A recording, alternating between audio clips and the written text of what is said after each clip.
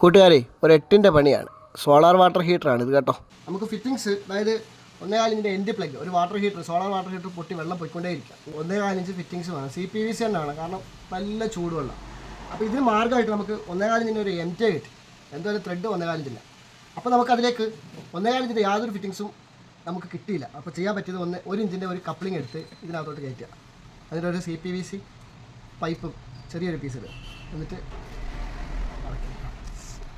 നമുക്ക് site set ചെയ്തിട്ട് ബാക്കി വീഡിയോ കാണാം. ഇന്ന് ഞായറാഴ്ച ആയതുകൊണ്ട് ഫിറ്റിങ്സ് കിട്ടാൻ പാടാ, വെള്ളം ഇങ്ങനെ പോയിക്കൊണ്ടേയിരിക്കുക. നമ്മുടെ മുമ്പിൽ ആ പ്രശ്നം പരിഹരിക്കുക എന്നുള്ളത് മാത്രമാണ്. 2 ഫിറ്റിങ്സ് അധികം മേടിച്ചാലും വെള്ളം പാഴാക്കാൻ പാടില്ലല്ലോ, അതുകൊണ്ട് മാത്രമാണ് നമ്മളിത് ചെയ്യുന്നത് കേട്ടോ. 1.4 ഇഞ്ചിൻ്റെ ഫിറ്റിങ്സിലേക്ക് 1 ഇഞ്ചിൻ്റെ ഫിറ്റിങ്സ് സ്യൂട്ടാണ് കേട്ടോ.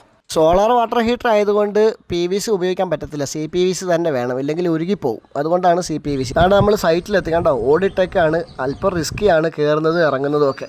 അവിടേക്ക് കയറിയിട്ടതാണ്ട് ഈ ഭാഗത്താണ് പ്ലഗ് പൊട്ടിയിരുന്നത്. കണ്ടോ, ഇവിടേക്ക് നമ്മൾ PVC പിടിപ്പിച്ച് കഴിഞ്ഞാൽ ഉറപ്പായിട്ടും അത് ഉരുകിപ്പോവും. അതുകൊണ്ടാണ് CPVC പൈപ്പ് തന്നെ നമ്മൾ കൊടുക്കുന്നത്. ഇതെല്ലാം കൂടി ഒരു 130 രൂപയുടെ സാധനമുണ്ട്.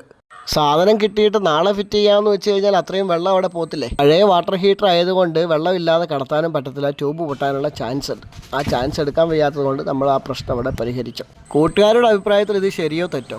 അങ്ങനെ അത് ശരിയായിട്ടുണ്ട് കേട്ടോ. ചില സന്ദർഭങ്ങളിൽ നമുക്ക് സാധനങ്ങൾ കിട്ടിയില്ലെങ്കിൽ കിട്ടുന്ന സാധനങ്ങൾ വെച്ച് നമുക്ക് അവിടുത്തെ പ്രശ്നം പരിഹരിക്കണം. അതിനുവേണ്ടിയാണ് കേട്ടോ.